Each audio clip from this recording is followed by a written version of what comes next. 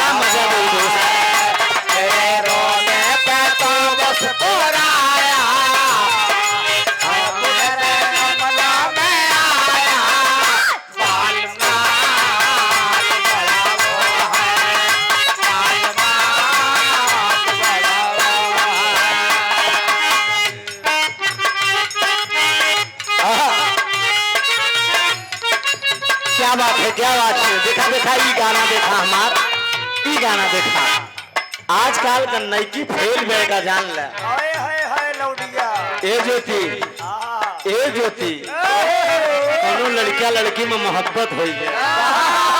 बहुआ तेरे भैया हो, मोहब्बत बड़ी खराब चीज है। कहाँ मिलेला भैया? एक हम बात बतावत है, आप समझा तनी के। सुरेश भैया भगवान कन्हैया जब यादव कुल में पैदा हुए, आए है उन्हों को मनसा पूरी ना भई ज्योति। काहे बता जानत हो, प्यार करन राधा से बियाह हो गए रुक्मणी के साथ, तो प्यार साला अधूरा रह गया, पूरा नहीं हुआ। आई इतनी खतरनाक बीमारी है प्यार, इतनी खतरनाक बीमारी है, एमे जानता है एकदम सुखा के राठा हो जाता, एकदम ऐसे हो जाते घेराऊ हो जाती, ना उनका खाना अच्छा लगा था। अरे ये तो मोटान जाता है, ये तो बढ़िया एकदम चिकनान जाता है। भगवान जाने कौन चक्की के आटा खाती देखा। अच्छा भैया तनी के प्यार से भाई कुछ आए जा है दान दक्षिणा। दशरथ पान भंडार आप पतिकपुर भैया, पतिकपुर से 50 रुपया बाबू को बड़ाम्बा और संत कबीर कलेक्शन जल निगम के ठेकेदार साहब, पतिकपुरा जिगना मिर्जापुर दोस्त। 51 रुपया बाद देखा, ये देखा प्यार क्या चीज हो था ज्योति। तनी ध्यान दे यार, अब तनी कुछ गुदगुदी हमार तो हार हो जाए, और गुदगुदी न हो तो भाई लोग कहीं कि बड़ा यार मिल के गावत हैं ना, तने के छीटा किसा होत रहा चाहिए। प्यार इतने बढ़िया चीज हो, लेकिन इनका जब सही से इस्तेमाल करबा तब ना, पहले इस्तेमाल करे फिर विश्वास। प्यार पाक होना चाहिए, नापाक नहीं होना चाहिए। जान ले, दामन जेकर पकड़े ओकर छोड़े ना, जान ला। अरे वाह, देखा यार एकदम पकड़े जैसे छोड़े ना, साले कैसे पकड़ ले गप्पर से ना। आई प्यार यही है, प्यार उम्र नहीं देखा हाँ, ये जान ला ना ना ना ना ना। और सुना मर्द और घोड़ा कभी बुढ़ा नहीं होते हैं। एक विजय लालो जी बोला थी हाँ, जान ला ना विश्वास हो दाजावा भी रहा हमारे विजय लाल जी से बा। एक आवश्यक सूचना भी है, अभी फोन भी आया था कमेटी के मालिक साहब की और मोबाइल पे सुन भी रहे हैं दोस्त। आज 14 तारीख हो के बाद जवाबी भी रहा हमारा और गाजीपुर के विजय लाल जी का, यही इलाहाबाद प्रयागराज हनुमानगंज हंडिया शहराबाद के बगल हनुमानगंज है। हनुमानगंज से 3 किलोमीटर दूर फतुहा गांव है, फूलपुर मार्ग पे। वही फतुहा गांव एकदम मेन रोड पे आज हमारे विजयलाल जी का कार्यक्रम बड़ा भव्य रखा हुआ है। बड़े जनसमूह के साथ प्रचार हुआ है, बड़ी गजब भीड़ होगी दोस्त। तमाम बिरहा प्रेमी यहाँ भी हैं, जेकर इच्छा हुई आए के। हाँ हाँ भुअर यादव वाले में तू तो गा है एकदम विजयलाल जी हमार भरान। हाँ लेकिन वो झूसी में भरान मुन्ना ही फतुहा में बाप वो मामा कराए रहे नहीं बहने करावे जाता है। ये बात ध्यान दे, प्यार का चीज हो थोड़ा तनिक ध्यान दे बात का हमार। हाँ अच्छा प्यार के बात पे दिखाई एक इनकने कंपनी का हम विजेता है 2023 के। ये हम दावा के साथ कह सकी थी मनीष, जब विजेता है तो है। एक टीवी रहा हम गाय दिन बुद्धू पाड़े के मजाक मजाक में गाय दिन साले के हम कोनो काम मजाक में अच्छा कह दी थे का जान ले। हाँ घी को लड्डू टेढ़े में बुद्धू पाड़े के आप सर्च करके एक सुन ले हम समझौता का। अच्छा ले जा अरे मोर करे जा कहाँ रहे तू भटकत रहे दे पगलऊ कब से हेरत रहे तो काम बैठे बैठे भैया नहीं आए भैया नहीं आए। सब हमारा बड़ा पुरान साथी हैं बाबूजी, जहाँ भी बिरहा होता है मिर्जापुर की धरती पे। खुश रहा तरक्की करा जा बैठ जा। प्रयाग गंगा स्टूडियो का मालिक इलाहाबाद टाटा कंपनी फाफा माऊ स्टूडियो बड़ा सुंदर स्टूडियो खुला है। एक शिकायत पर तू आओ नहीं एक रिकॉर्डिंग करे, ये नहीं शिकायत करता है हम करत है। आशीष उसके मालिक नहीं, उसके मालिक त्रिभुवन है। मेरा छोटा भाई है आशीष। एक एक कतरा अगर कुर्बान हो जाए प्रयाग गंगा के लिए तो त्रिभुवन कुर्बान कर देगा। हम इनका अकेले चैलेंज के देंगे यार के गावे चाहे ना गावे हम अकेले देंगे ललकारे रखबे। 101 रुपया का पुरस्कार प्रयाग गंगा स्टूडियो को प्रोपराइटर मालिक आशीष यादव जी कुंडा प्रतापगढ़।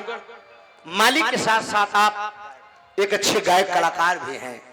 2023 में विजेता बने, 50,000 रुपया के एक मोबाइल गिफ्ट ये नौजवान मुझे दिया।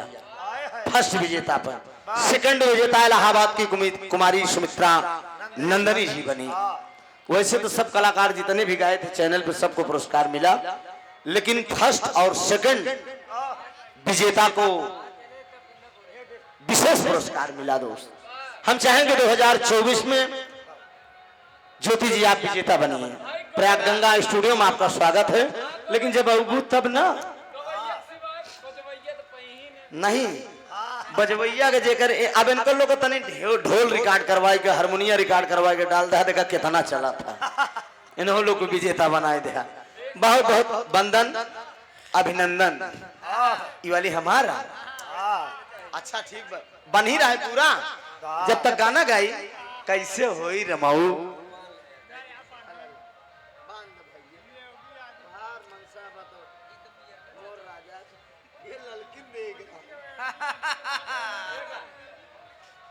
नहीं यार अब जमन मिल गया है तो मिल गया है कि नहीं भाई देखा पर्सन तपाई नहीं करे हो नहीं तमन्ना एकदम। हाँ भैया जो ना अधूरी नखे बहुत बहुत बंधन दिखाई।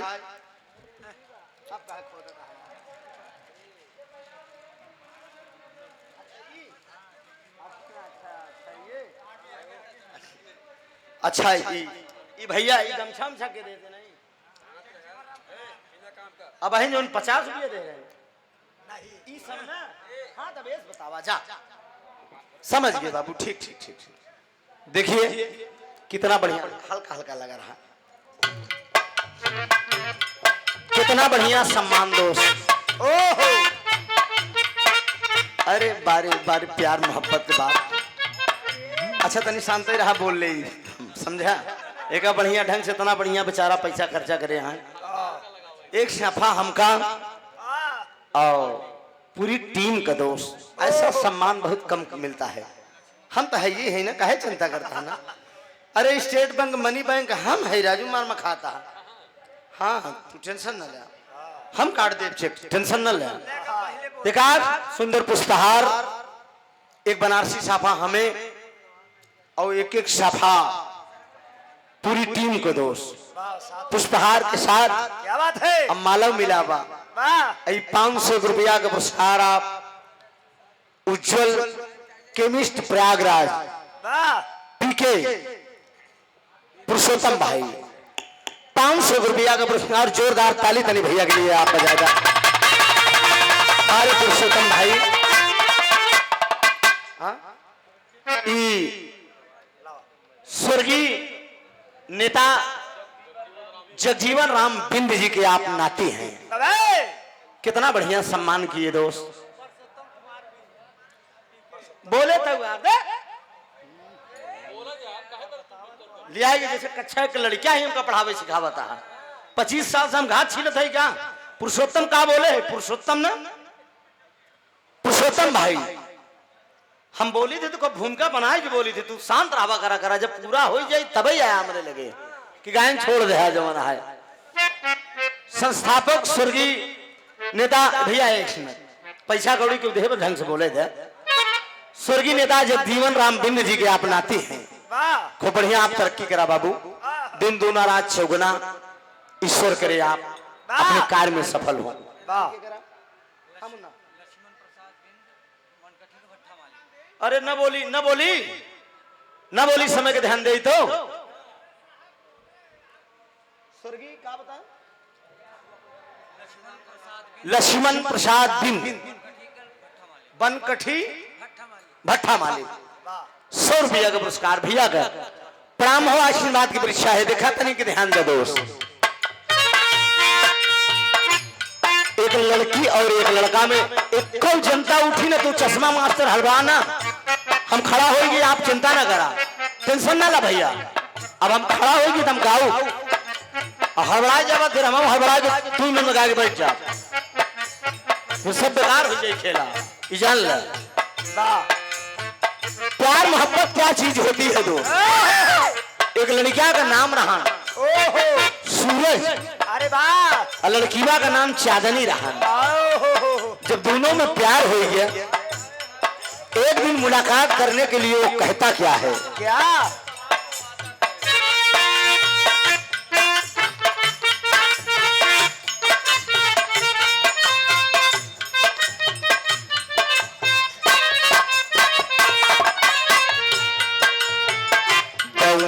पिछवरवा हो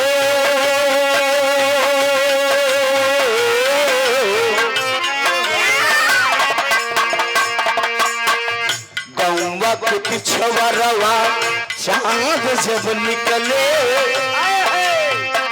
गौवा के पिछवरवा चांद जब निकले धीरे धीरे नदिया किनार चली अइहा पिछवरवा चांद जब निकले धीरे धीरे नदिया किनार चली अइहा हो।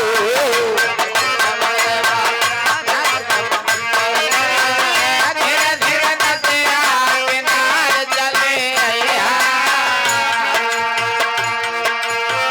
बढ़िया भैया बढ़िया सब वापस मिली बढ़िया आप सब गाना सुना बैठा आप सब दोस्त। गौवा के पिछवरवा चांद जब निकले धीरे धीरे नदिया किनार चली अइहा। नदिया में पानी भरल होई गोरिया नदिया में पानी भरल होई गोरिया नैया पे होई के सवार चली अइहा। नदिया में पानी भरल होई नैया कहे के सवाल चले अइहा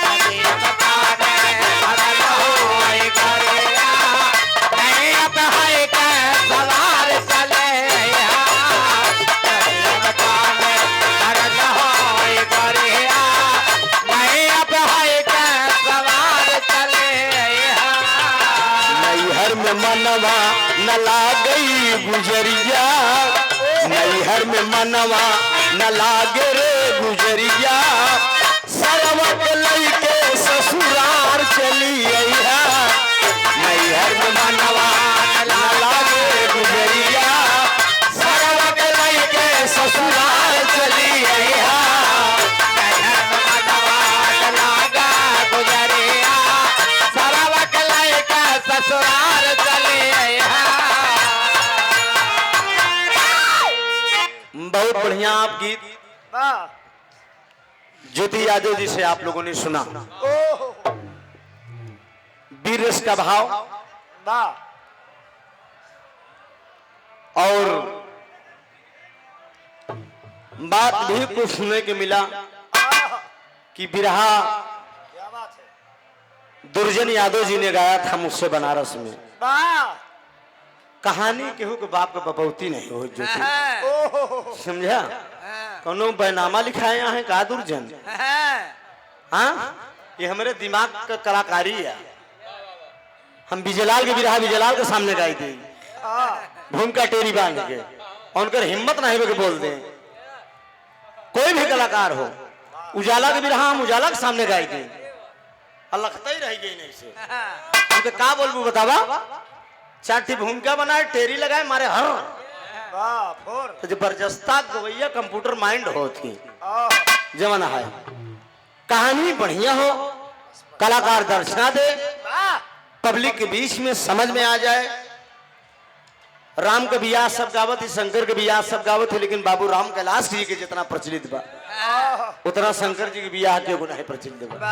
रामा रामा रामा रामा जमतिया भारी भोला करे। आइए, कमेटी के लोगों की मांग है, बढ़िया भैया है, सब जने शांति बनाए के एक बिरहा का नंबर बा, एक बिरहा और सोई, एक बिरहा और सोई, उसके बाद कार्यक्रम समाप्त हो जाए दोस्त। फिर आप लोग भी निकल जाबे, हम लोग भी निकलेंगे, तो शांति के सहयोग हो। भाई के फरमाइश में कि एक बिरहा यूट्यूब पर सुने हमार पंच और परमेश्वर पंचायत का फैसला, लालचंद पाड़े वाला ना, एक मेहरारू दू मन से दो भाई, हाँ दू दुल्हा भैया का फरमाइश में। लेकिन कमेटी के लोगों की ये मांग है कि कोई बढ़िया कांड आप सुनाइए सर, दर्दनाक कांड हो, पारिवारिक हो, जो कि गरीबी से जुड़ा हो, तो आपके आदेशों का पालन होगा। आइए, कांड की तरफ आप लोगों को हम ले चल रहे हैं। आपका दिल दिमाग एकदम बेहतरीन ढंग से, जितना भाई लोग आप खड़ा है, एक काम करा, असली बिरहा सुनवैया आप ऐसे बहा दोस्त, अब समझे आय कैसे बैठ जा जगह खाली में। मोर भैया है, आजा आजा आजा मोर राजा, आवा जल्दी, आप सबके कहा थे न बैठे बे, कहे फोड़ा उड़ा भा है क्या? अच्छा अच्छा, खड़े में खड़े समझ में नहीं आई, ये हमारा दावा बा, हम जितना कह देते बैठ के बिरहा के सुने का रस कुछ और होता।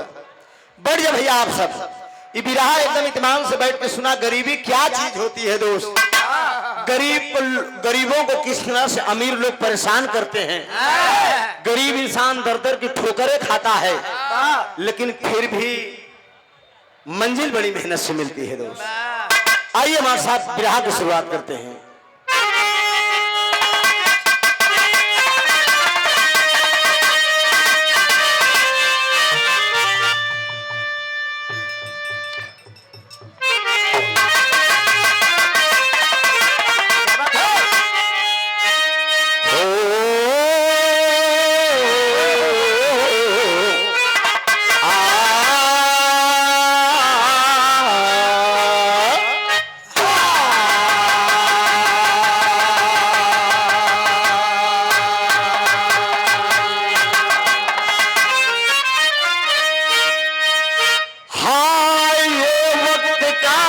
चमत्कार है, लोग बेटों की कीमत लगाने लगे। भैया तनी शांति बनावा आप सब। बाबू मंच की तरफ से, ज्योति के मंच की तरफ से शांति होनी चाहिए दोस्त। भैया अरे बाप रे,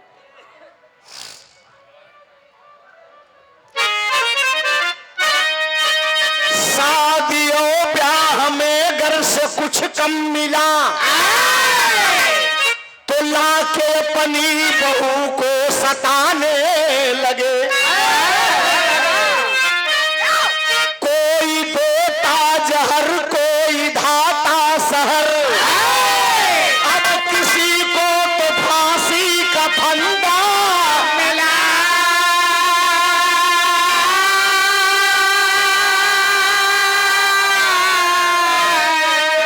अरे धन की सरिता प्रबल योग से बह चली, लोगों को अच्छा खासा यह धंधा मिला।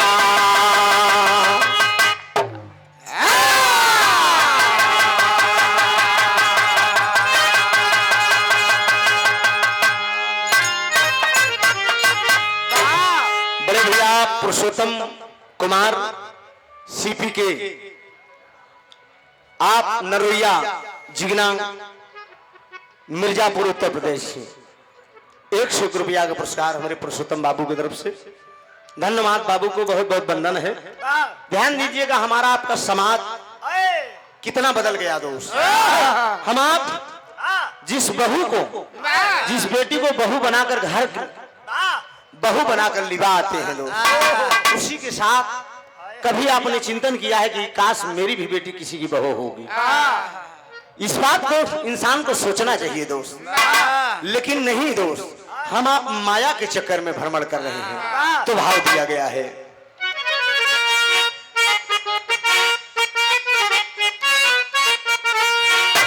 यह लाइन है, मिल गई हो अगर प्यार के मोड़ पर। अर्थात ज्योति कि कोई प्रेमी अपनी प्रेमिका से कह रहा है, ये समझा? कोनो प्रेमी अपनी प्रेमिका से कह रहा है या कोई गायक अपनी गायिका से कह रहा है। यह बात हो चाहिए दोस्त, कभी तकरार न हो चाहिए। ध्यान दे, मिल गई हो अगर प्यार के मोड़ पर, मिल गई हो अगर प्यार के मोड़ पर, मिल गया अगर प्यार के मोड़ पर, आज मिलने मिलाने का वादा करो।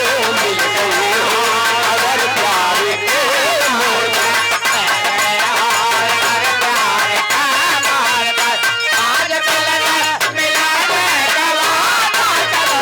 मिल गया अगर प्यार का मोड़ पर। धन और दौलत बदौलत खुदा से मिले, धन और दौलत बदौलत खुदा से मिले, दौलत बदौलत खुदा से मिले।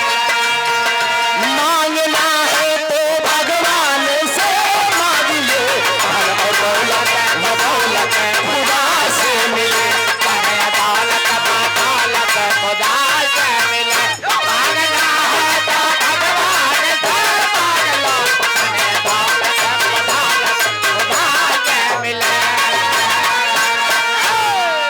धन और दौलत बदौलत खुदा से मिले, मांगना है तो भगवान से मांगिए और उससे मांगिए। सबसे करता करम झोली भर देता है, सबसे करता करम झोली भर देता है, सबसे करता करम झोली भर देता है। करके अनुरय विनय शान से मांगिए, सबसे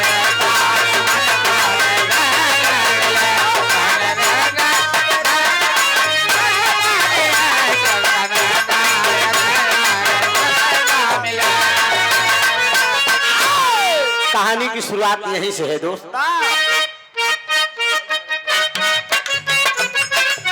धन के लोभी दरिंदों का यहाँ कुछ काम नहीं, धन के लोभी दरिंदों का यहाँ कुछ काम नहीं।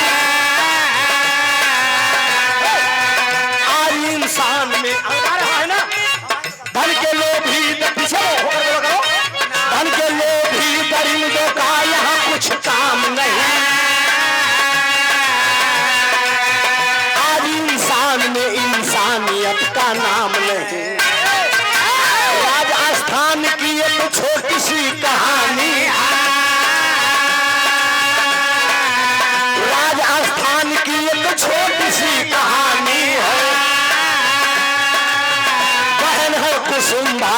शेखर की कहानी है।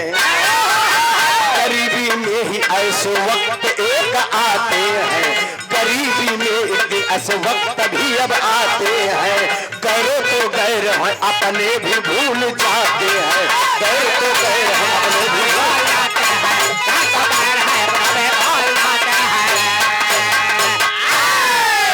तनी बात को समझ लो दोस्त, कहानी कब का और कहाँ का बा। राजस्थान में एक छोटा सा गांव है, जिस गांव का नाम बताया गया है रामपुर। रामपुर गांव के अंदर एक निहायत गरीब इंसान था। एक वक्त की रोटी नहीं नसीब हो रही थी। भाई का नाम शेखर है, बहन का नाम कुसुम है। दर्जा 8 तक शेखर पढ़ा है, कुसुम भी प्राइमरी तक पढ़ी है। माँ बाप बचपन में गुजर गए, दादा चाचा सब लोग हैं, लेकिन कोई इज्जत नहीं दे रहा है, कोई कद्र नहीं कर रहा है। एक दिन कि छोटी से उमरिया में, छोटी सी उमरिया में, अरे माई बाप मरी गई ले।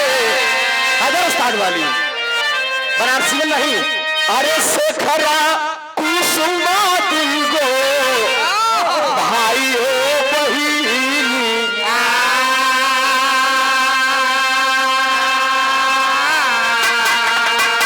शेखर कुसुमा दिनो करते मजूरिया हो।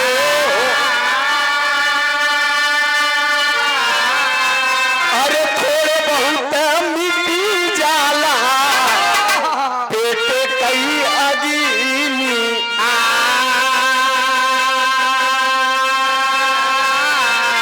अरे शेखर के चिंता भइली,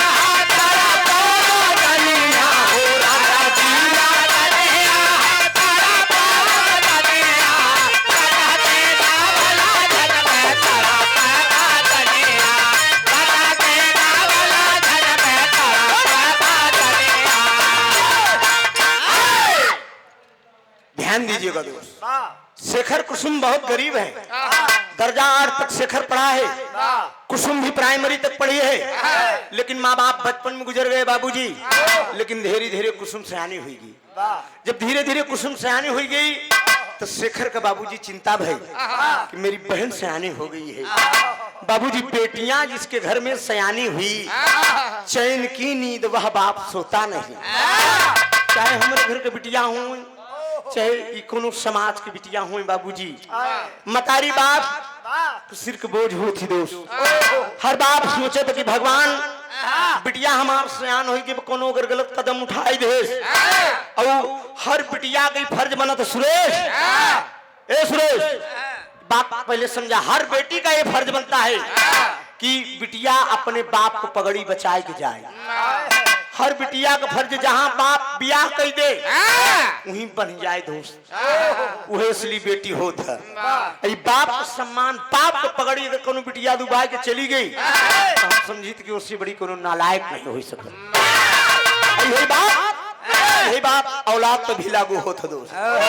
दोनों तरफ आज शेखर अपने मन में सोच रहा है, बहन हमार सयान हो गई, हम शादी कहाँ कर प्रभु।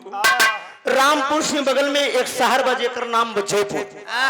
जयपुर में अपनी बहन का रिश्ता खोजे जात बाबूजी, लेकिन एकरे आगे के बात समझ लिया।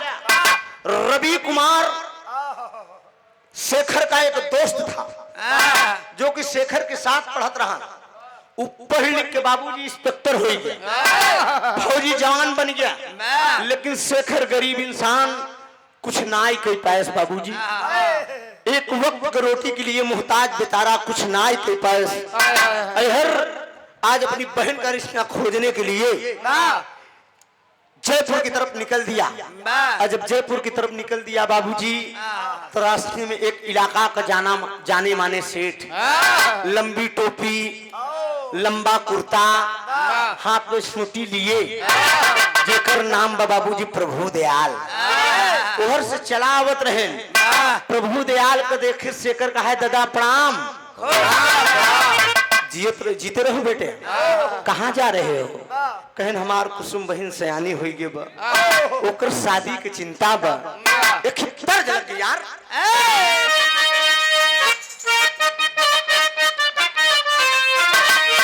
जल निगम ठेकेदार भैया के तरफ से 100 रुपया, बहुत बहुत प्रणाम, बड़ी पुरान कर्जदा। अरे हंस के जो देखा तू एक बेरिया, अरे हंस के जो देखा तू एक बेरिया, हम मरी मरी जाई तोहार क्रिया, हम मरी मरी जाई तोहार क्रिया, हम मरी मरी जाई तोहार क्रिया।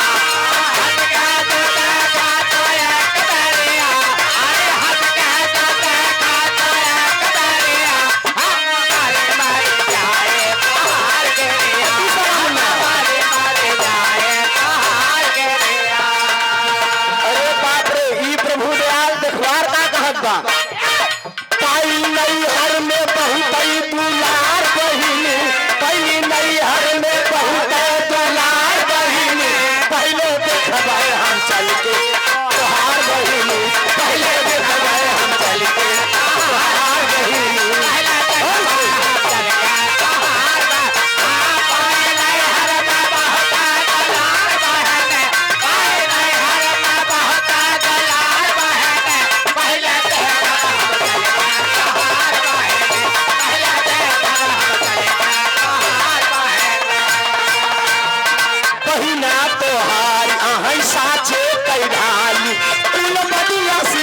हम बन करके मार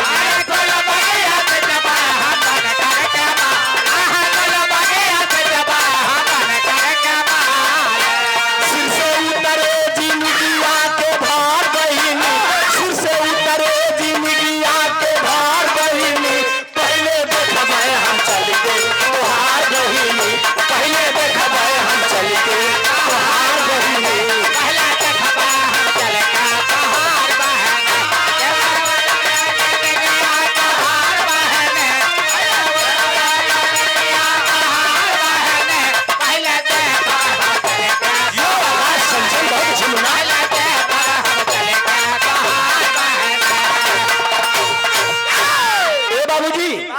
प्रभु दयाल बोल दिया, प्रभु दयाल शेखर से कहा अगर हमार बेटवा विशाल बीए में पढ़त बा, अगर तेरी कुसुम बहन मुझे पसंद आ गई तो हम बिना दहेज की शादी कर लिए। देखा पूंजीपति गरीब लोगन के तरह से परेशान करत ही, गरीबन का कैसे ही बड़वर्कन परेशान करत ही। बाबू ले गया, लिवा गया बाबूजी, और गरीब के बिटिया बाबूजी एकदम फटही लुकरी दोस्त, कईयो प्योना लगा बा दोस्त, कईयो प्योना लगा बा बाबूजी, और सुई डोरा से नथे बा, सुई डोरा से नथे बा बाबूजी। गरीब की बिटिया अजरिया की नहीं, बढ़िया बढ़िया बढ़िया बढ़िया अजरी, देखा कैमरा देख के उनका ठेल जिंदे है, अजरिया की नहीं इसी चमके दी दोस्त। लेकिन ई प्रभु दयाल ई लिया आया देखवार आ गया प्रभु दयाल, टूटही खटिया रही बाबूजी, बिठाई दिया टूटही खटिया पे, आवाज दे दे ए बहन कुसुम आजा दीदी, दादा प्रभु दयाल तो का देखे बदे आई हैं। अब बाबूजी पहुंची, प्रणाम किया, जब प्रभु दयाल देखे बाबूजी कुसुम को तो करे मुहे में पानी आई, तो करे मुहे में पानी आई गया, और देखे के बाद तुरंत नियत बदल दिया दोस्त। और जब नियत बदल दिया तो तर्ज लग गई थी,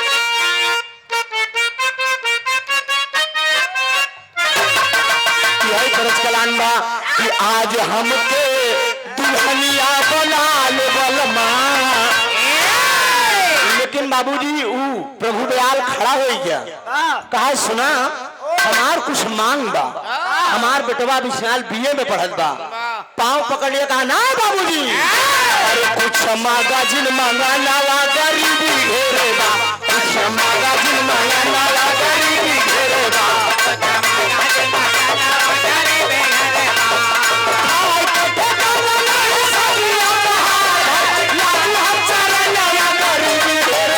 magazine मंगाना वा गरीबी घेरे बा कुछ magazine मंगाना वा गरीबी घेरे बा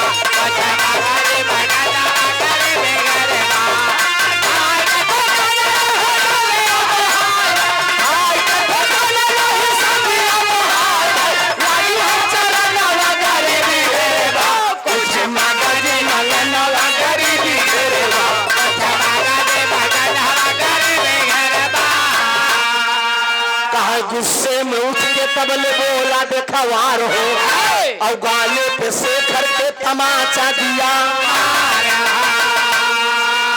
एक चाटा जड़ दिया खींच के कहा हराम खोर तेरे पास पैसा नहीं है तो बिना पैसे की शादी कैसे होगी कहा तब बाबूजी कहा सुन मैं बता रहा हूँ कहा ये पले बहिन करी माल के चमनिया अरे ये पले बहिन करी माल के चमनिया अरे देवै हम खजाना वा गरीबी घेरेगा कुछ magazine मंगाना वा गरीबी घेरेगा कुछ magazine मंगाना वा गरीबी घेरेगा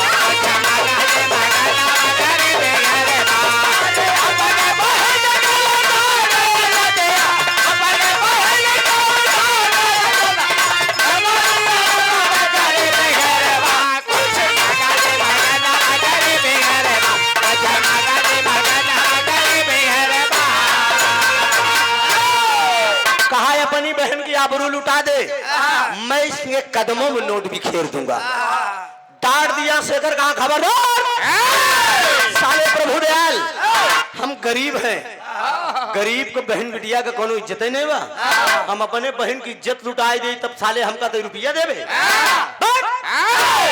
खबरदार साले तेरे बेटे से मेरी बहन की शादी नहीं होगी गाल पर तमाचा मार के चला गया प्रभु दयाल कहा फिर तेरी बहन ये कुसुमवा जिंदगी में कुमारी रह जाए एकर के शादी वादी करी और नहीं देकर इज्जत लुटाए दे एकर इज्जत लुटाए दे एकर कदम में नोट भी खेल दे बाबूजी गाल पे तमाचा मार के चला गया और प्रभु दयाल का एक दोस्त था जिसका नाम था प्रताप इन दोनों का यही काम था प्रताप और प्रभु दयाल मिलकर लड़कियों को फंसाते हैं और फंसा के ले जाकर वैश्या के कोठे पर बेच डालते हैं इन लोगों का यही धंधा है हर गाल पे तमाचा मार के चले गए दोनों भाई बहन बैठकर रोने लगे दो कहाँ बहिन का के सजाए बोलिया अरे बहिन का के सजाए बोलिया अरे कंपित घोड़ा शोक में लंबर नीर कहाए बहिन का के सजाए बोलिया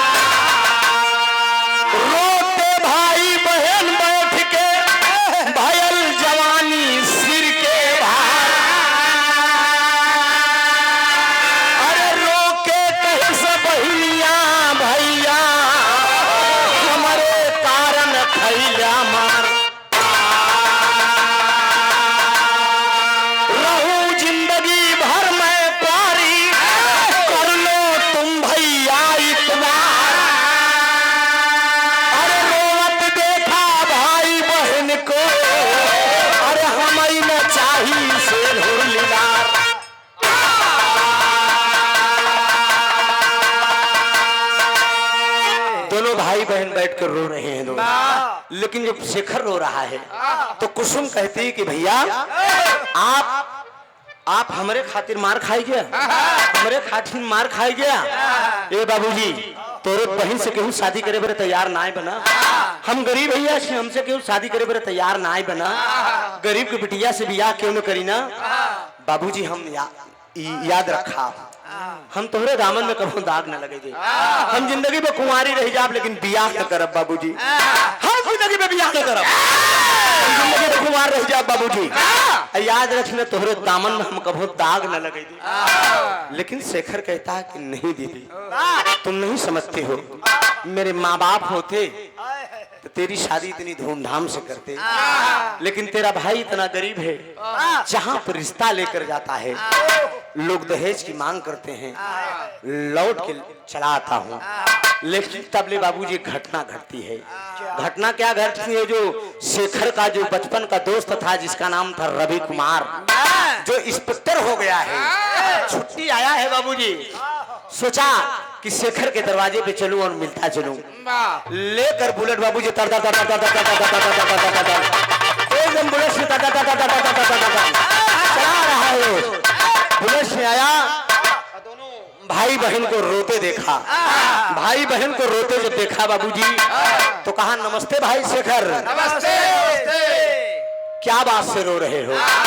कहा भाई दादा प्रभु दयाल मेरी बहन को देखने आए थे, उसने कुछ मांग किया दहेज की और मेरे गाल पे तमाचा मार के चले गए। कहा अपनी बहन की आबरू भेंट डालो, बहुत रुपया मिलेगा। जब रवि कुमार ये बात सुना तो कहा अरे तेरी बहन के साथ ये व्यवहार हो रहा है, तेरी बहन से कोई शादी नहीं करने के लिए तैयार है। तो शेखर ने नेता जगजीवन के नाती राम संत कबीर कलेक्शन कंपनी जल निगम के ठेकेदार पति के पूरा जिगना मिर्जापुर पार्टी के अध्यक्ष राम मंगल बिंद की तरफ से 100 रुपया का पुरस्कार।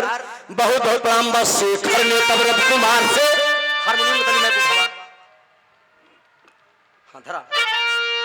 शेखर ने तब रवि कुमार से सारी बात बताया। अरे रवि कुमार भी आंखों से अरे मित्र को गले लगाया हो, अरे राम बहिन का के सजाए लिया। अरे कहा इतराजन हो तो, अगर इतराजन हो तो कुसुम रे मन भाई बहिन का के सजाए लिया।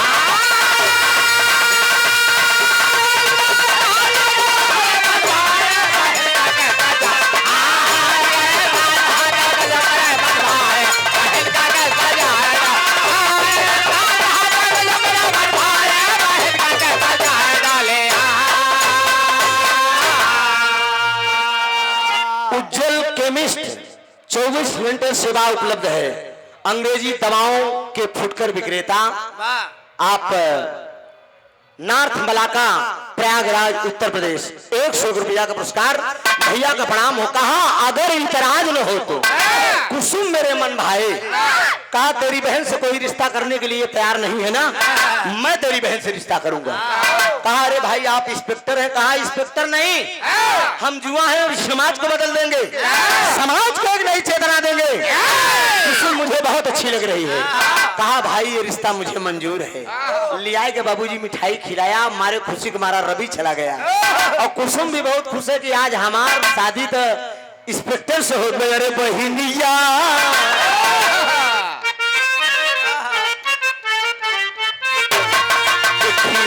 लड़कियां रहन गांव में एकदम मुनरी के ओकर पातर का कमर रही। अब पास पड़ोस में चल जाए तो भौजाए जमन लागे मजाक करे। पतर अरे पतरकू पतरकू पतरकू पतरकू अरे पतरकू अरे पतरकू कहा देखे राऊ। अरे पतरकू ए पतरकू रानी बाग।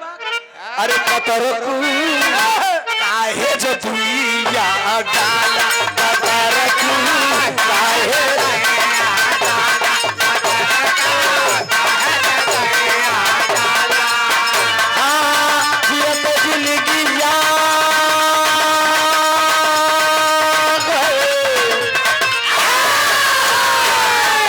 जियत जिंदगी तू हमन कर तू काहे जोगिया डाला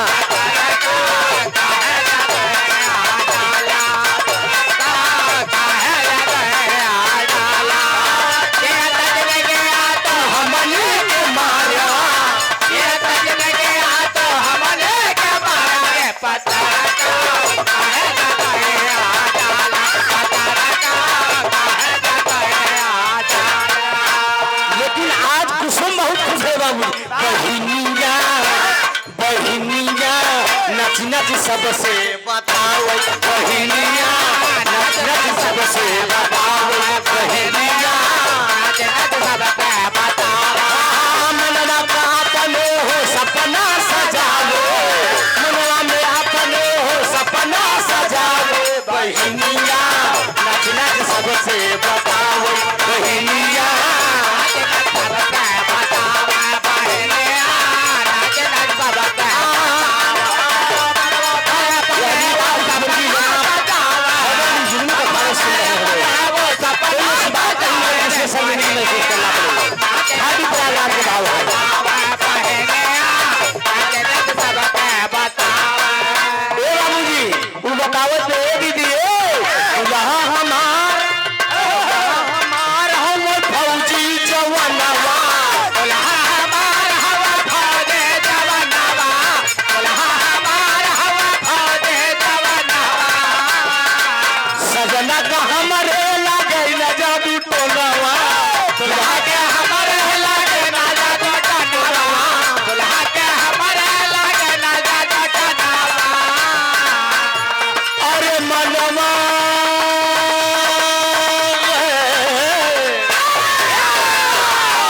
सपना रे अपने सजावे मनवा में सपना हो अपने सजावे बहिनिया नच नच सबके बताओ बहिनिया नच नच सबके बताओ बहिनिया नच नच सबके बताओ मनवा के अपने वो सपना सजावे मनवा के अपने वो सपना सजावे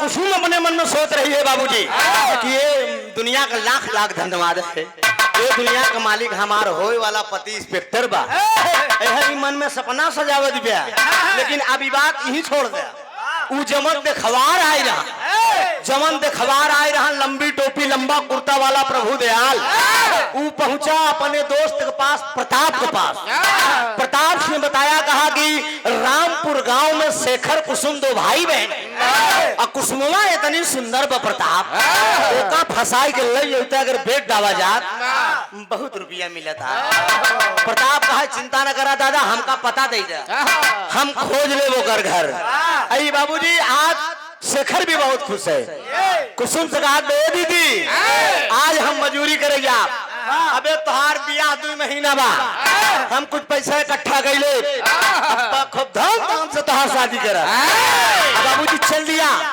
मालिक का दिन देखे इधर से शेखर जा रहा है रामपुर से जयपुर की तरफ और जयपुर से रामपुर की तरफ प्रताप आ रहा है शेखर का घर खोजने के लिए रास्ते में दोनों से मुलाकात हो गई और आपस में बात हो तो कितना जवाब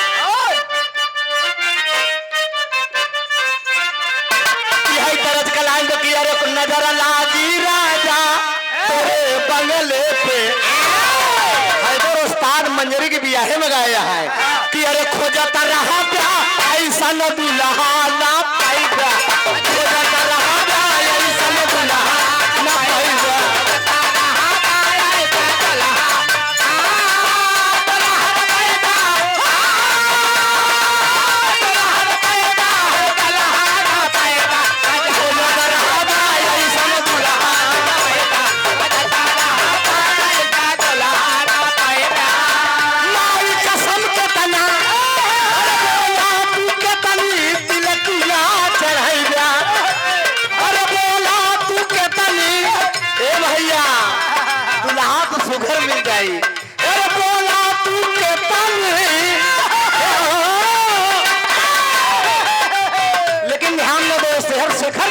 सहरिया में कौन नौकरिया दिलाएगा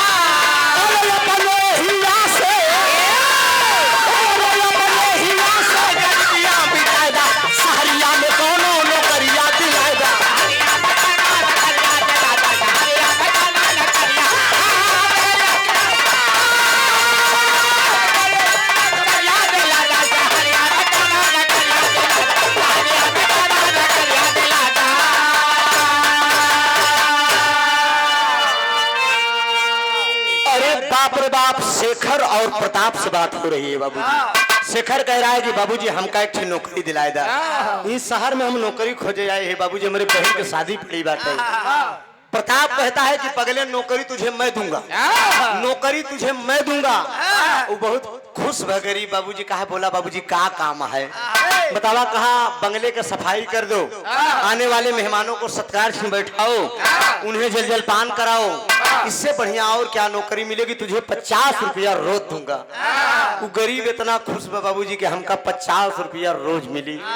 ले गया बंगले का दरवाजा खोल दिया, अल्लाह के झाड़ू बाबूजी शेखर जुट गया। जब शेखर ले के झाड़ू जुट गया बाबूजी, बंगला का सफाई करे जा। इतने दिन देखिए अब अमीर लोग गरीबों को किस तरह से परेशान करते हैं।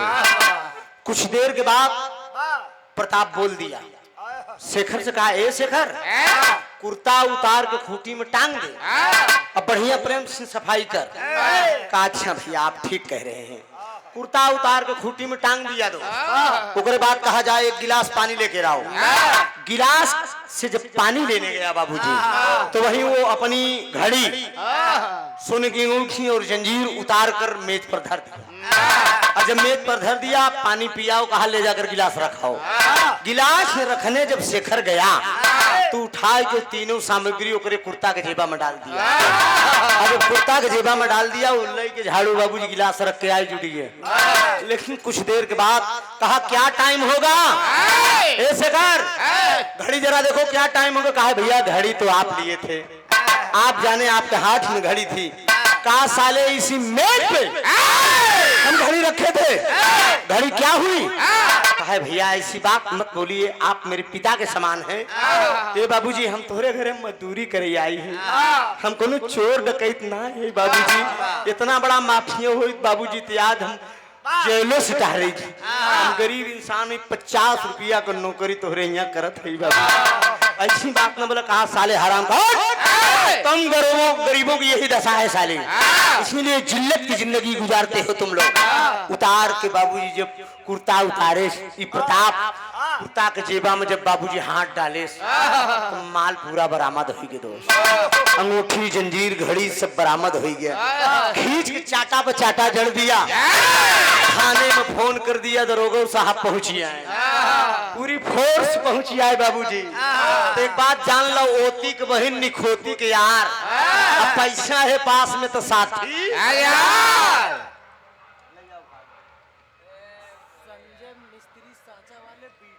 संजय मिस्त्री साजा वाले, साचा वाले बीडीसी साहब 100 रुपया का पुरस्कार, बहुत बहुत बंधन है बाबूजी। पूरी फोर्स पहुंचाई बाबूजी। दरोगा साहब भी मारे पीटे। कहा क्यों बे तुम मजदूरी करने आए हो लेकिन साले तुम चोर हो। कहा नहीं साहब हम मजदूरी करने आए हैं, चोर नहीं है साहब। एक तर्ज लगे डॉक्टर,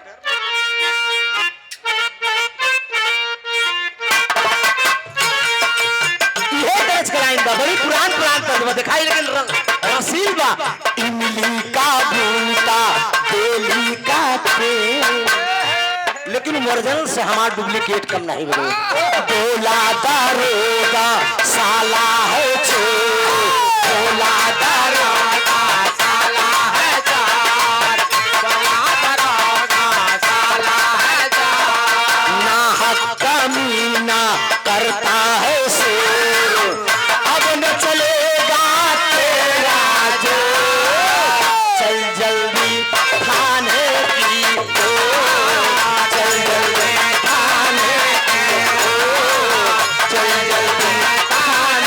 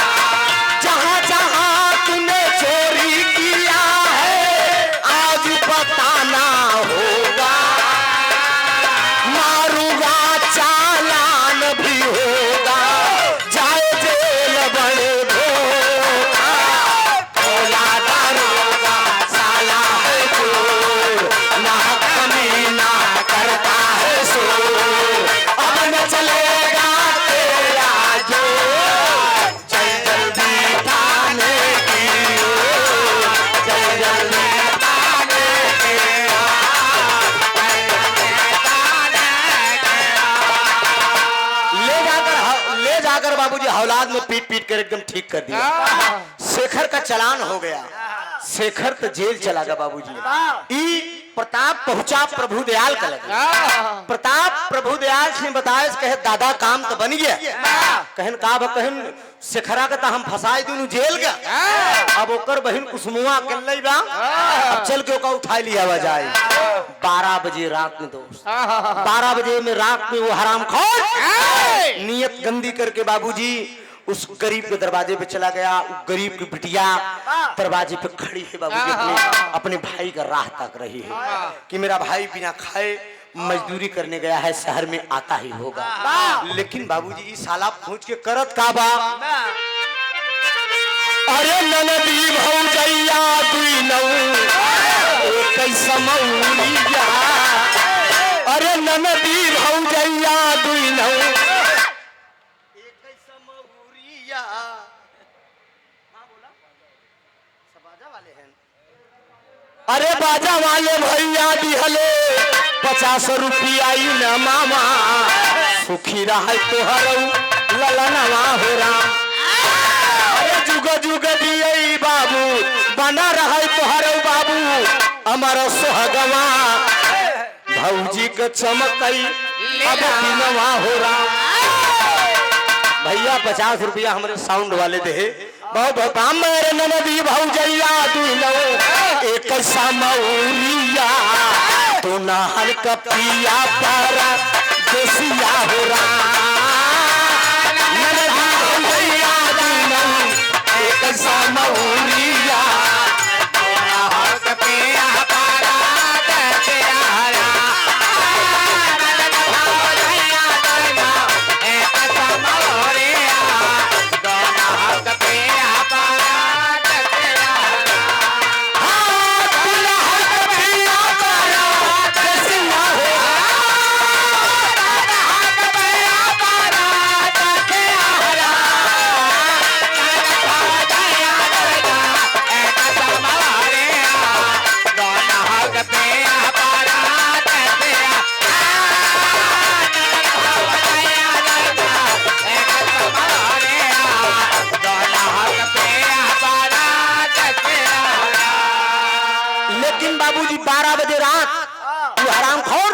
दरवाजे पे चल दिया बाबूजी और दरवाजा खटखटा दिया। अरे आई के ही पापी बोलई, आई के ही पापी बोलई शेखर के दुआलिया, आई के ही पापी बोलई शेखर के दुआलिया।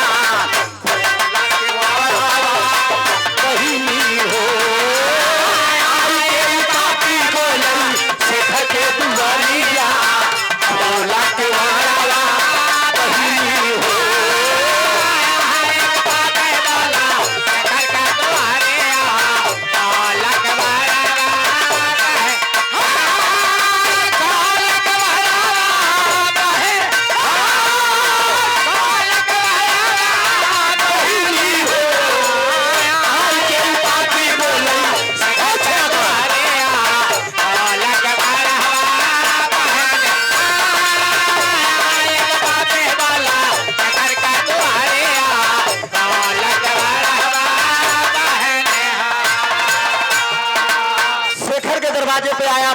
दरवाजा खटखटा दिया, दरवाजा खटखटा दिया।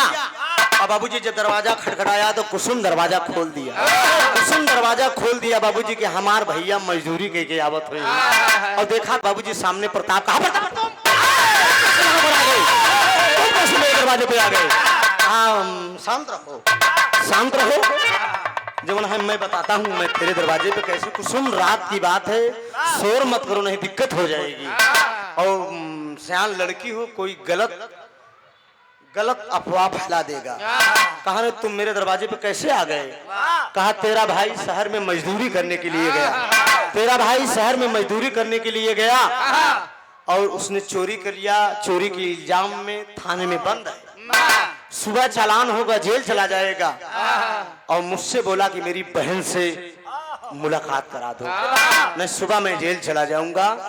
कुसुम क्या इरादा है? भाई से मिलने के लिए चलोगी? देखिए दोस्त, फंसा रहा है साला। पूंजीपति लोग गरीब की बेटियों के साथ क्या व्यवहार करते हैं। काट गए ऐसे गद्दार सालों को। और हमखोर कितना बहाना कर दिया बाबूजी। अब लड़की धर्म संकट में पड़ गई बाबूजी। अबला क्या करे, वो सोच रही कि ऐसा मेरा भाई कर नहीं सकता, भगवान ऐसा मेरा भाई कर नहीं सकता, ये दुनिया का मालिक मेरा भाई चोरी कर नहीं सकता। कहा क्या इरादा है कुसुम, भाई से मिलने के लिए चलोगी कि नहीं चलोगी? बाबूजी आगे आगे वो प्रताप चल दिया, पीछे पीछे कुसुम चल देती है। लिवा गया बाबूजी, रास्ते में घनेरी बाग पड़ी। घनेरी जब बाग पड़ी बाबूजी, उस बगिया में लड़की बाबूजी अकेले है, केवल प्रताप है और वो लड़की है। इतने में बाबूजी खींच के लड़की के एक तमाचा मारा। लड़की के एक तमाचा मारा बाबूजी, लड़की गिर गई बाबूजी। लड़की गिर गई, लड़की के तन का साड़ी साला खींच लिया, लड़की के तन का साड़ी खींच लिया, लड़की पेटीकोट ब्लाउज पर। कहा कुसुम अंतर में, अरे लूट ले बरहिया में, लूट ले बरहिया में सारा सिंगारावा, लूट ले बरहिया में सारा सिंगारावा। कहीं हो लूट ले बरहिया में सारा सिंगारावा।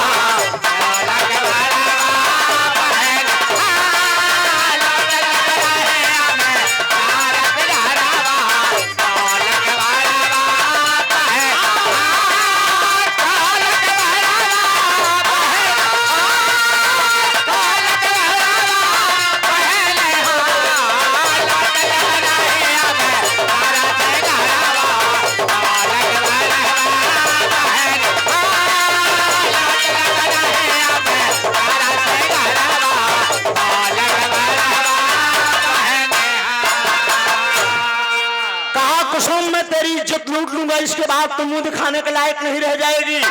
अब बाबूजी लड़की एकदम पेटीकोट ब्लाउज पर है, तन की साड़ी साला खींच लिया, एक चाटा मारा लड़की को।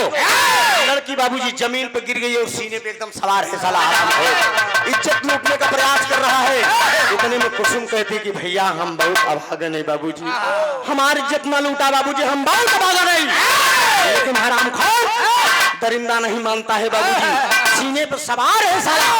इतने में लड़की आवाज दे रही है, बचाओ बचाओ बचाओ। उस अबला का कोई पुकार सुनने वाला नहीं है बाबूजी, कोई सुनने वाला नहीं है। और सीने पर साला सवार हो गया, बिटिया एकदम रो रही है कि हम बहुत दुख उठाए हैं बाबूजी, हमें छोड़ दो बाबूजी।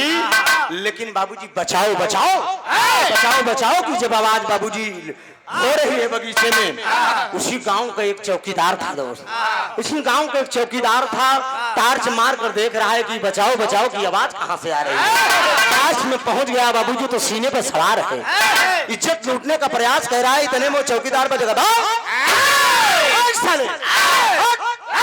कौन बे? कौन तुम? वो बता तर्क लग गया।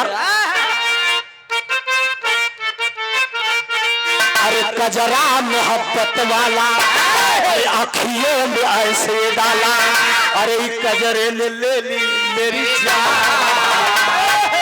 हाय रे हाल लगाए वहां, हाय रे मैं तेरी कुर्बान। बात करने के ध्यान देकर इनाम बोल ले इतना। पुरुषोत्तम कुमार पीके पति के पुरवान नरैया जिगना मिर्जापुर 100 रुपया। बाबूजी वो चौकीदार कहता क्या है, सुन साले हमारी बात, पहले हमारी बात सुन। वाला शेर में गजब कर डाला, वाला शेर में गजब कर डाला, भोला बहादुर सीना पान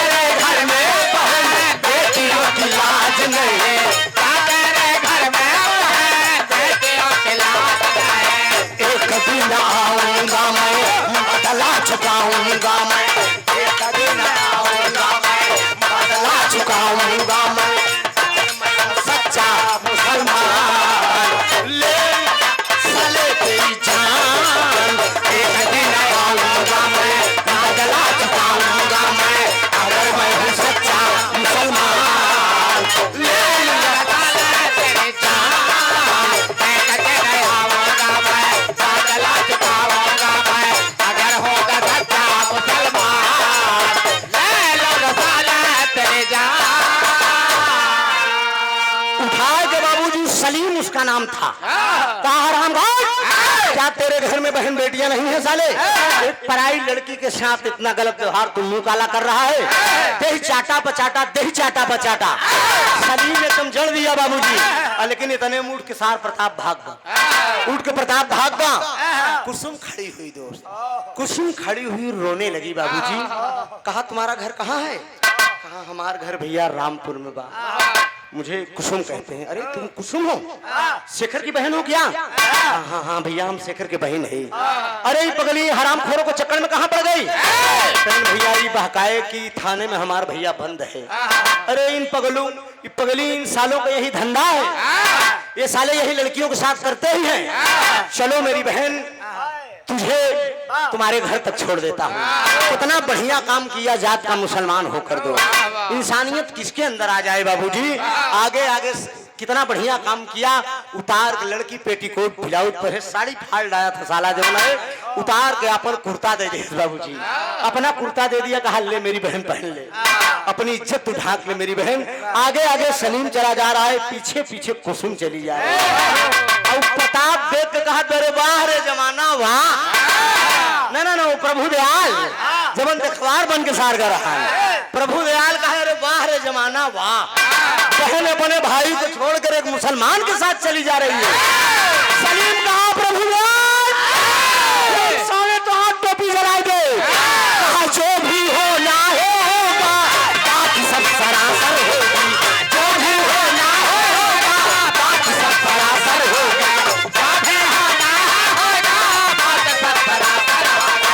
तेरी भी बेटी ससुरा, तेरी भी बेटी ससुरा उसी के बराबर होगी। तेरी भी बेटी ससुरा उसी के बराबर होगी। तेरे भी बेटी ससुरा कसम के बराबर होगी। पंजा मिला ले मुझसे जोर आजमा ले मुझसे। पंजा मिला ले मुझसे जोर आजमा ले मुझसे। इतना बड़ा है पहलवान साले तेरी जान। पंजा मिला ले मुझसे जोर आजमा ले मुझसे। इतना बड़ा है पहलवान ले लूंगा साले तेरी जान। पंजा मिला ले मुझसे जोर आजमा ले मुझसे। इतना बड़ा है पहलवान ले लूंगा साले तेरी जान। पंजा मिला ले मुझसे जोर आजमा ले मुझसे। इतना बड़ा है पहलवान ले लूंगा साले तेरी जान।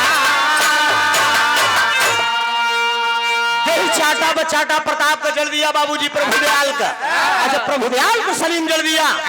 कुसुम बगल में खड़ी हुई के कहते कि भैया और मारा है हरामखोर, और मारा है हरामखोर के। अब बाबूजी चाटा पे चाटा मार रहा है तब एक खतरा हुई। खतरा ही हुई कि जैसे सलीम उठाए के लाठी तान के प्रभु दयाल के मारे चला। वैसे ही लड़ाई देख के प्रताप साला चला जा रहा था। प्रताप चला जा रहा था बाबूजी। सलीम का लाठी जैसे सलीम ताने ऐसे पीछे साइड में प्रताप पीछे से पहुंचा। सलीम का लाठी तुरंत बाबू जैसे हाथ में पकड़ा और खींच लिया। उठाए के लाठी प्रताप खींच के बाबूजी सलीम के खोपड़ी पे मारा तान के। बाबूजी सलीम की खोपड़ी पे जब वो लाठी पड़ी सलीम की खोपड़ी दो टुकड़े में बढ़ गई। तुरंत गिरा। कहा बहन की इज्जत बचाया लेकिन परिपूर्ण रूप से ना बचा सका। तो लगी एक लाठी खोपड़ी पर सलीम हुई गवा रवाना।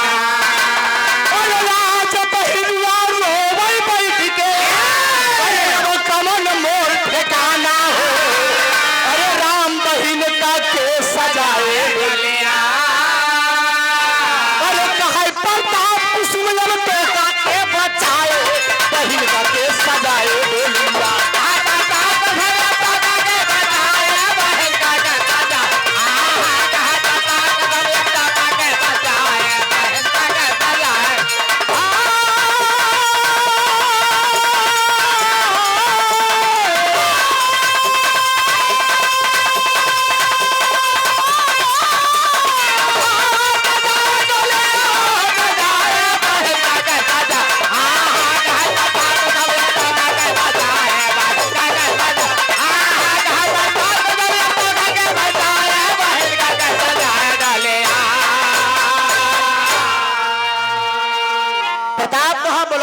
वक्त तुझे कौन बचाने वाला है? कौन तेरा भाई आएगा?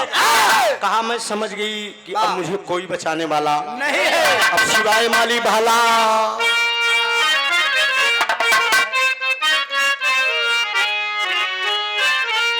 बड़ी पुरानी फिल्म की बहुत प्यार करते हैं तुमको सनम, अरे कसम चाहे ले लो, अरे कसम चाहे ले लो, अरे खुदा की कसम। ज्योति कितना दम है गाना में। अब आज के देवराल का चाटा था घोड़ी घोड़ी सरवा गावे में शर्म लगा। बा लवंडिया लंदन से लाए। लवंडिया लंदन से लाएंगे। हाँ हाँ हाँ का बंगरिनिया तो ढोड़िया चलल न जाला गोड़ लपटाला घाव बाटे ताजा उही कहाँ चाटा कहा करन देश के साला अंडा के बंडक। लेकिन बहुत प्यार करते हैं तुमको सनम, बहुत प्यार करते हैं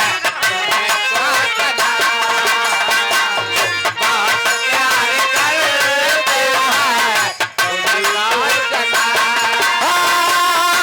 कसम चाहे ले लो, कसम चाहे ले लो, खुदा की कसम। बहुत प्यार करते हैं तुझको सनम। लेकिन वो लड़की क्या कहती कि भला भला कौन दुखिया को, अरे भला कौन दुखिया को देगा सहारा, भला कौन दुखिया को देगा सहारा, भला कौन दुखिया को देगा सहारा। हाँ सिवा रब के दूर जाना, सिवा रब के दूर जाना कोई हमारा, भला कौन दुखिया को देगा सहारा, भला कौन दुखिया को देगा सहारा, भला कौन दुखिया को देगा सहारा। सिवा रब के दूर जाना, सिवा रब के दूर जाना कोई हमारा, कौन दुखिया को देगा सहारा, भला कौन दुखिया को देगा सहारा।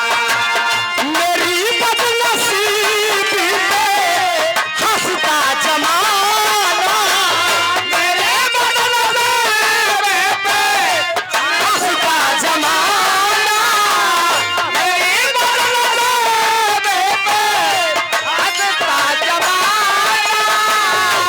रूठा जहाँ पे है मेरा यादगाना, रूठा जहाँ पे है मेरा यादगाना, रूठा जहाँ पे है मेरा यादगाना। हस्ती भवानी में है, हस्ती भवानी में है मिले ना किनारा, भला कौन दुखिया को देगा सहारा, भला कौन दुखिया को देगा सहारा, भला कौन दुखिया को देगा सहारा। ओ सिवा रब के दूर जाना, सिवा रब के दूर जाना कोई हमारा, भला कौन दुखिया को देगा सहारा, भला कौन दुखिया को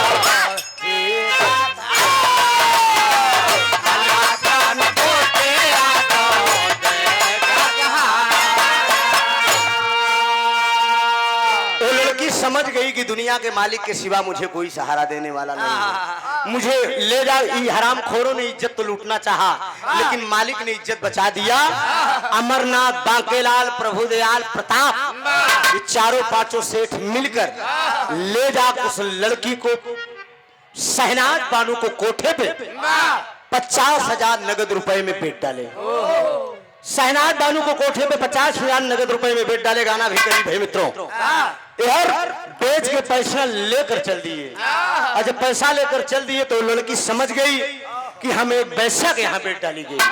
शहनाज बानू को वो पांव पकड़ कर लड़की कहती है कि माँ, मुझे अपनी बेटी समझ लो माँ, मेरा भाई जेल गया, मेरा पति होने वाला इंस्पेक्टर है, मैं तेरे लिए मुजरा करूंगी, गाऊंगी, नाचूंगी, सब कुछ करूंगी, लेकिन एक बात मेरी मान लेना माँ। कहा बोलो। शहनाज कहती कि जल्दी जल्दी बोलो, मेरे पास टाइम नहीं है। कहा केवल एक बात मानो माँ, मेरी आबरू का कभी सौदा मत करना, मुझे कभी हम बिस्तर मत करना माँ। शहनाज कहती है बेटी मेरा वादा रहा, मैं कर्म की वैश्या जरूर हूँ, लेकिन जाओ मैं वादा कर रही हूँ आज से तुझे अपनी धर्म की बेटी समझते हैं। कहा मुझे ले चलो घर में, मुझे मुजरा सिखाओ माँ, मुझे नचाओ माँ, मुझे घुंघरू सिखाओ माँ।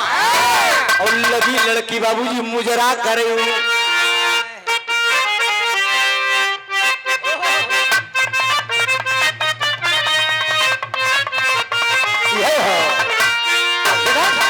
पैसा के कोठे में बाबूजी कुसुम मुजरा कर रही है। सुमोरे रामा, सुमोरे राम, धीरे से मुजरा हो रहा है यार। सुमोरे राम, कुसुम कर रही है। सुमोरे राम, धीरे से। अरे जिया बहादुर, क्या बात है। अरे पलट।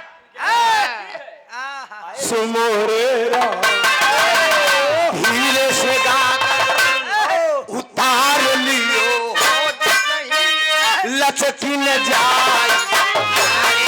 सुमोरे राम, धीरे से गाकर उतार लियो,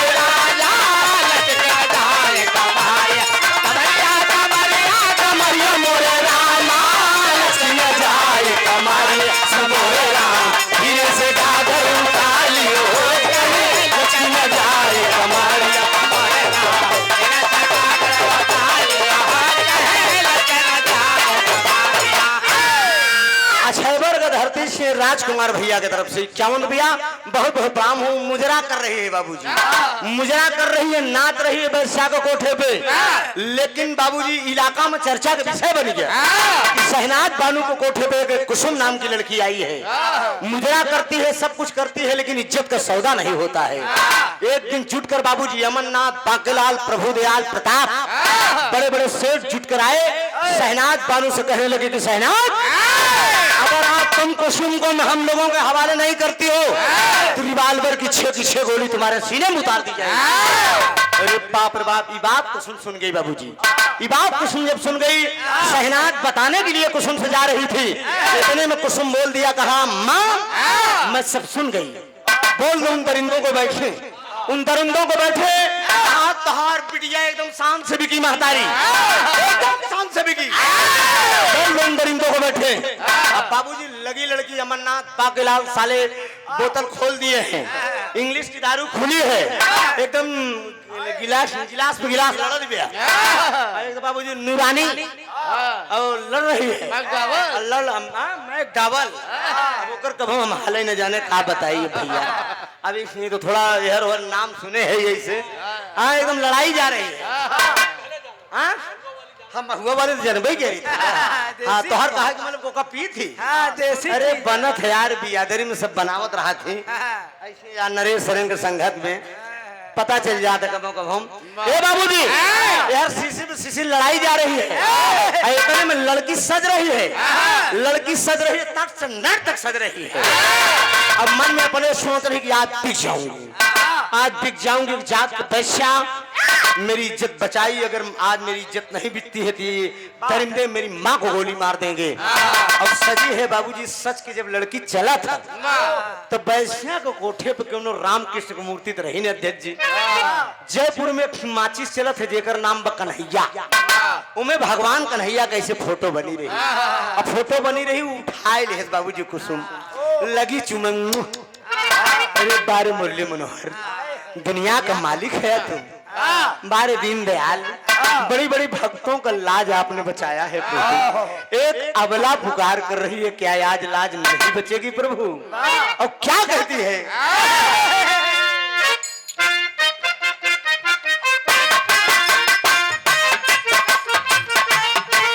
तू जब और मन लगा के, तू जब जब मुझको पुकारे मैं दौड़ आऊं नदिया के किनारे, मुझको पुकारा मैं दौड़ आऊं नदिया के किनारे, जब जब मुझको पुकारे मैं दौड़ आऊं नदिया के किनारे।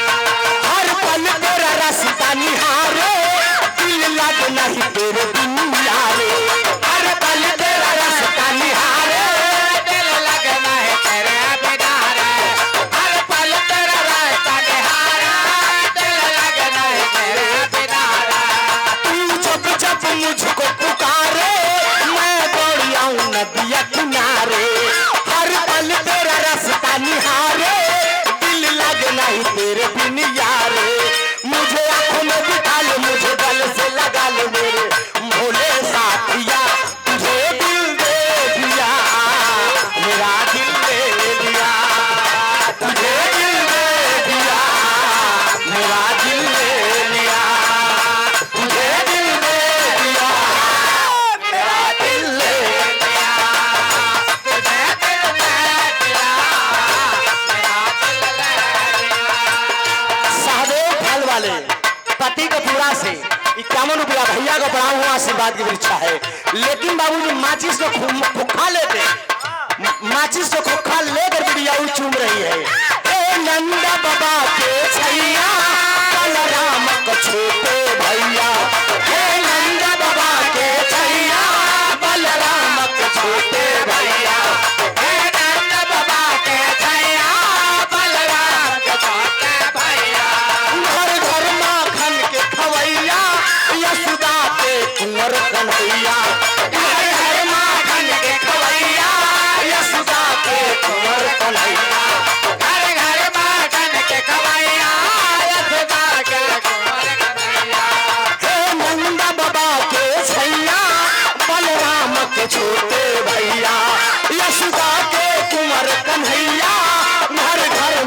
बन के खवैया, मुझे राह बता दे, मुझे घर पहुंचा दे, तेरे करूं तावरे सलोने सांवरे, ओ मेरे सांवरे सलोने सांवरे, ओ मेरे सांवरे।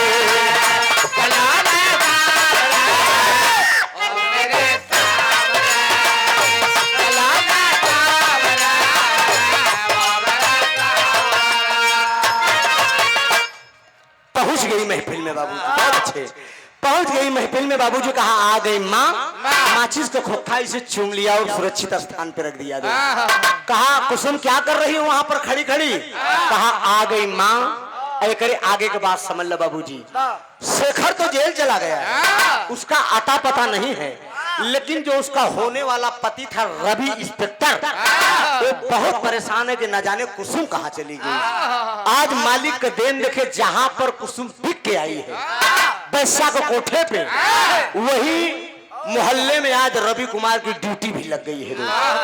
पार खेड़ागढ़ी जयपुर में बड़े दरोगा और सक्सेना साहब बोले कि बेटा रवि तुम यहाँ पर नए नए आए हो, तुम्हारे भी हाल ही में पोस्टिंग हुई है, अगल बगल कुछ गलियां हैं, गुजरना तो निगाह मार देना, क्योंकि यहाँ लड़कियों का धंधा।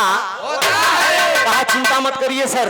अहल बाबूजी लड़की महफिल में आ गई है, और लड़की अमनदास बाकेलाल प्रभुदयाल प्रताप सब लोग बैठे हैं, और लड़की महफिल में आ गई तो मुजरा कर रही है कि छोड़ी गयो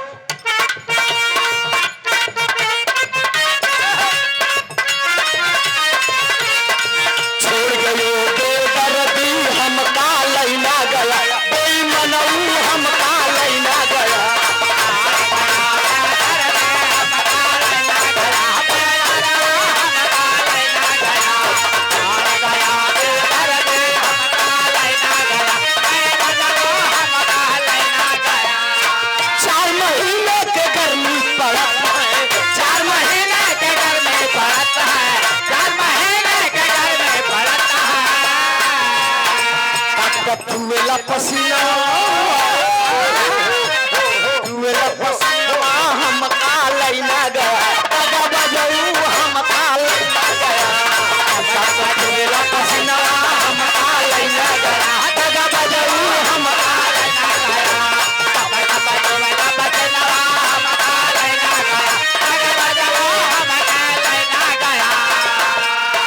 यही वो लड़की गा रही है बाबू। तरह में जो प्रताप था, प्रताप उठा लड़की की कलाई पकड़ने के लिए, और जब लड़की की कलाई पकड़ने के लिए प्रताप उठता है, इतने में बाबूजी रवि कुमार पूरी फोर्स के साथ पहुंचाया।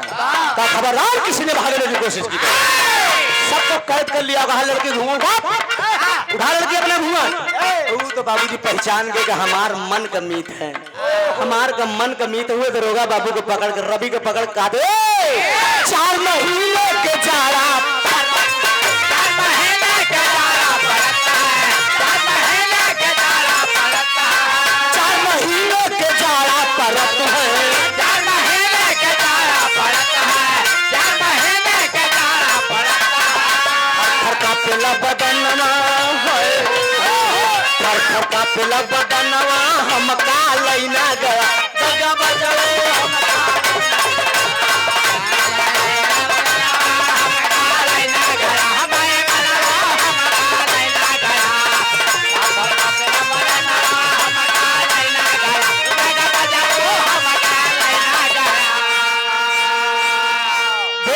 कुमार। कहा लड़की अपना घूंघट उठा, घूंघट अपना।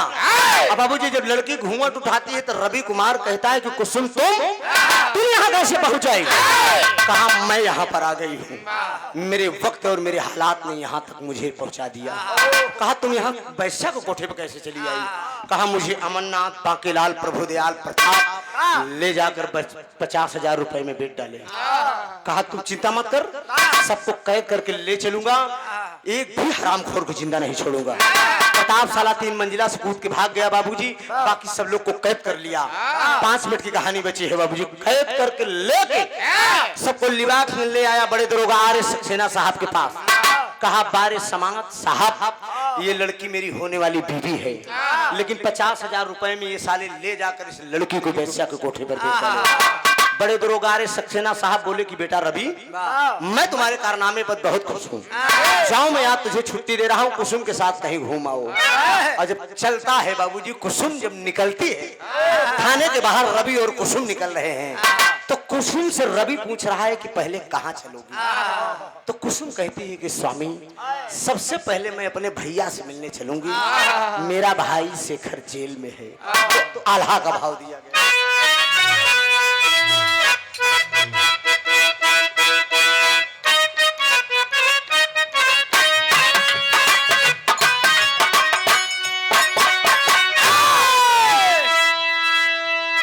अरे रवि और अरे रवि और कुसुम जाले, अरे रवि और कुसुम जाले, अब थाम के डगरिया ये भैया।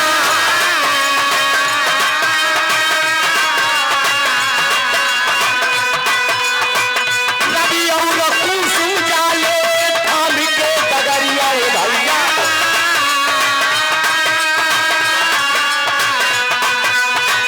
चलिया से शेखर आवत बाटे नौजवान,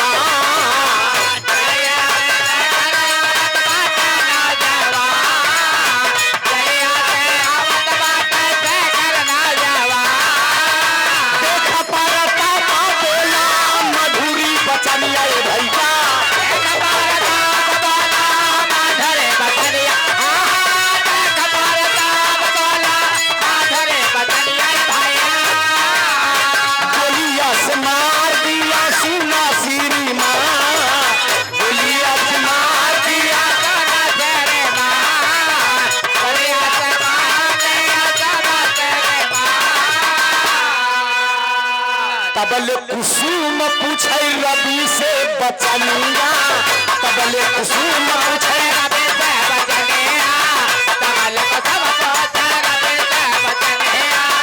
कैसी अब लाश स्वामी बात हो आज, कैसी लाश स्वामी बात देखा, कैसे लाश सारे बात हो देखा।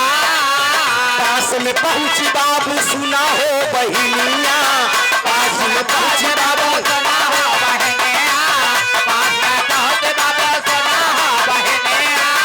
पीरना का लाश बाबू गईली हो देखाय, पीरना के लाश बाबू गईली हो देखाय, पीरना के लाश बाबू गईली हो देखाय। अरे पीरना का लसिया ये पूरा कई उठावल,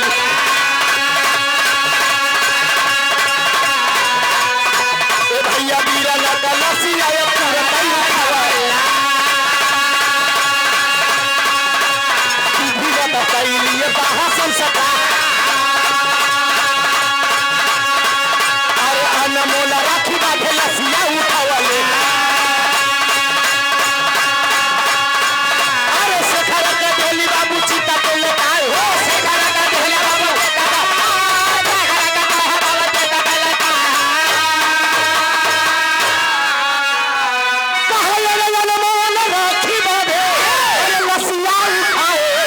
चंदन चिता पे दिया शेखर के लेता, चंदन चिता पे दिया शेखर के लेता, चंदन चिता पे दिया।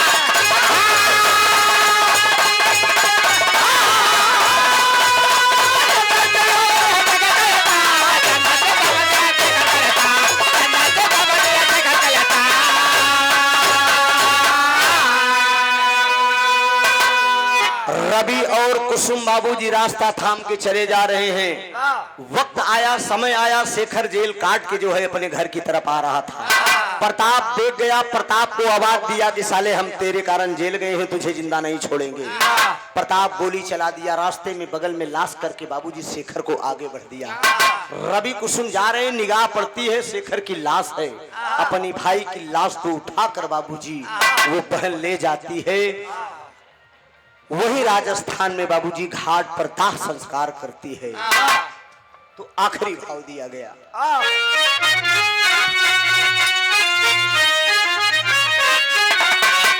अरे गैला बिरनवा, अरे गैला बिरनवा, हमें तुके करा दिसारे।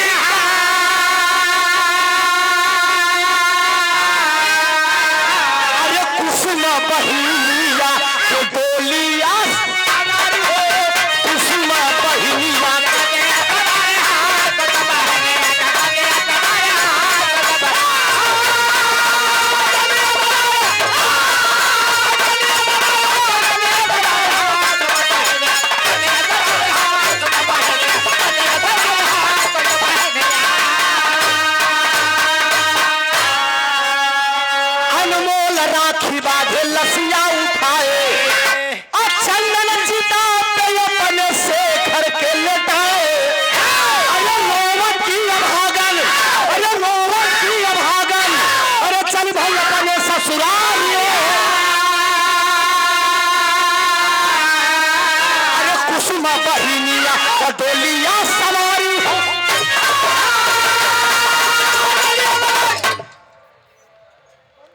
उठो जवानों होश में आओ, भारत की आवाज जुगनू हैदर अली कहे त्रिभुवन पे हमको